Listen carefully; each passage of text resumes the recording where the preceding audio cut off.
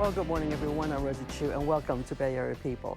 Now, this weekend, the nation remembers the 10th anniversary of the 9/11 terrorist attacks. This morning, we'll meet a woman who has reached out and helped survivors of sudden loss.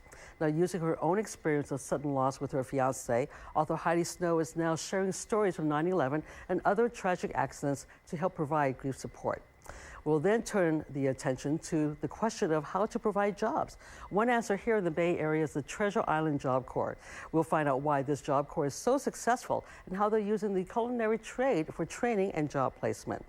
And how many times have you had a chance to visit one of Sausalito's famous houseboats? Next weekend is your chance to see what it's like to live in a floating home and to experience their unique and creative features. That and more coming up today on Bay Area People, so please stay tuned. We will be right back.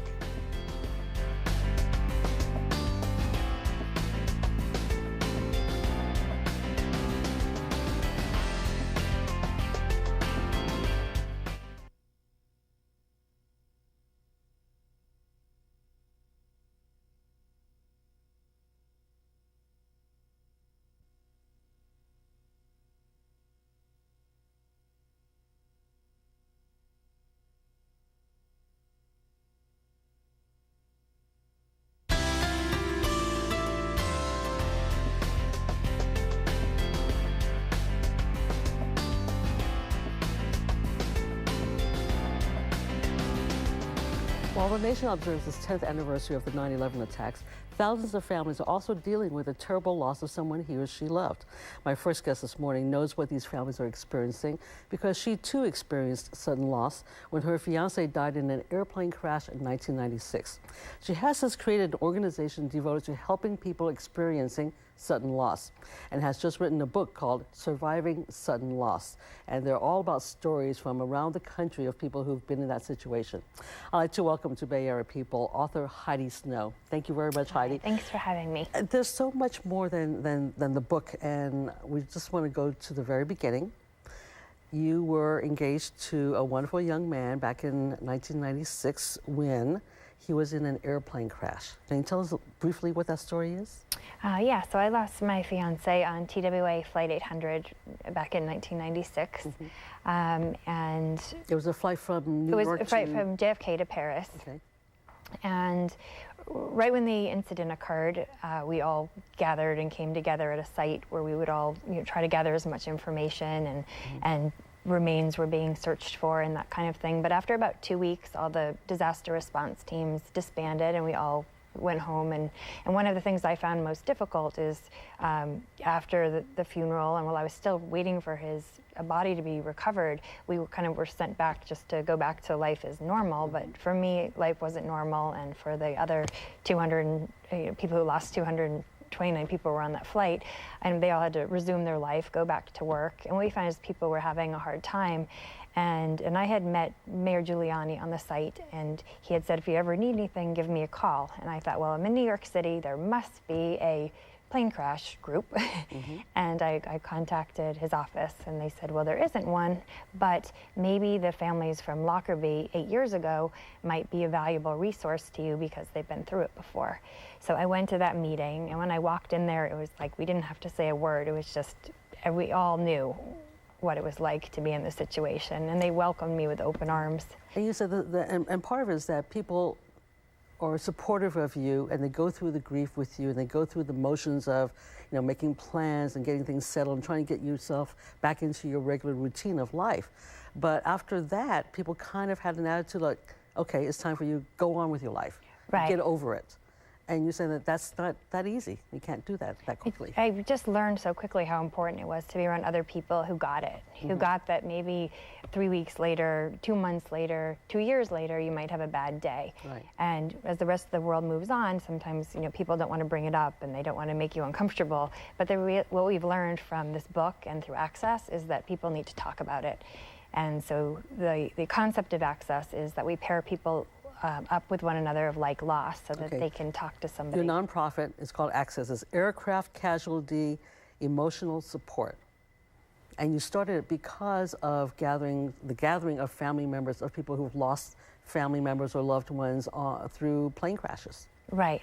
And so our first volunteer base came from the Pan Am families, and I began matching mothers from Pan Am 103 to mothers from TWA 800 who had lost children.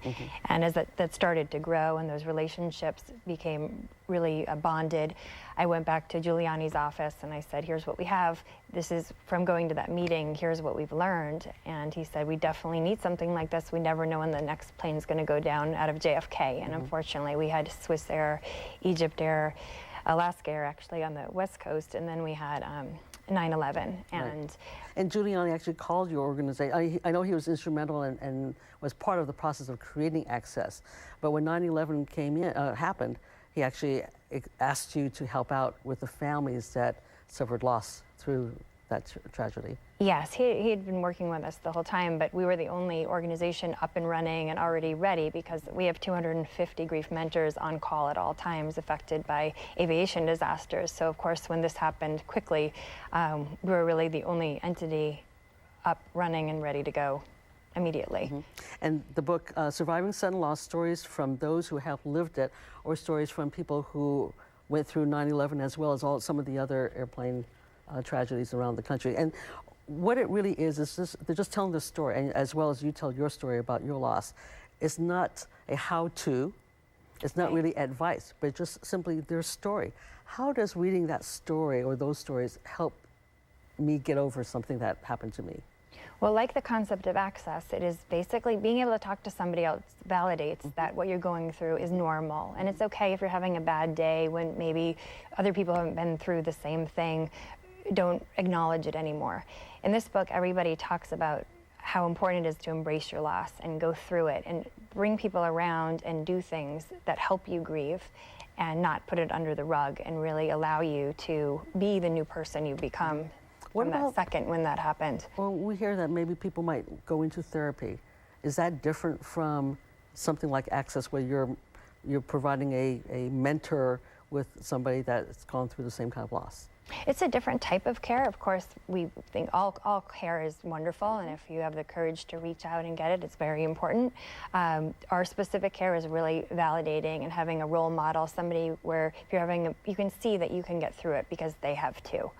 Other care is very important too. We always encourage people to do a little bit of everything and get what is best for them.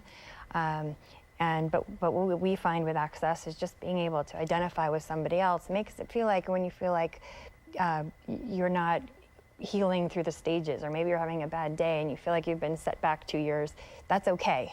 And then you go back to, you just have their setbacks along the process, and we get it. And sometimes the rest of the world doesn't understand that you might be grieving somebody who was killed 15 years ago, and you're just, something came up that made you think of them, and that's okay. So Access has a 24-hour hotline. Right. And you provide the volunteers are primarily people who've gone through your program, and they've maybe they're recovering, but they're helping other people recover now. So they're sharing that information, and you do try to match like with like. Right. So when somebody calls our helpline for help, we go through our database and we find the most similar loss. So if somebody calls and says, I just lost my husband, I've got 3 little kids, we find another mother who similarly went through that. So they can say, this is how I did it. And that you can do it too. And I'm your role model here. And when you're having a bad day, I got over those roadblocks. It's somebody to follow and give you hope that you can get through the next day. And Access is now located here in San Francisco. Right. Our volunteers are all around the country, but our primary location is here in San Francisco. Well, the information will be up on screen, so thank you very much for sharing it. And again, the Surviving Sudden Loss, Stories from Those Who Have Lived It, it really is interesting reading, having these people share their stories so publicly. So thank you very much for making that happen. Thank you. All right, thanks, Heidi.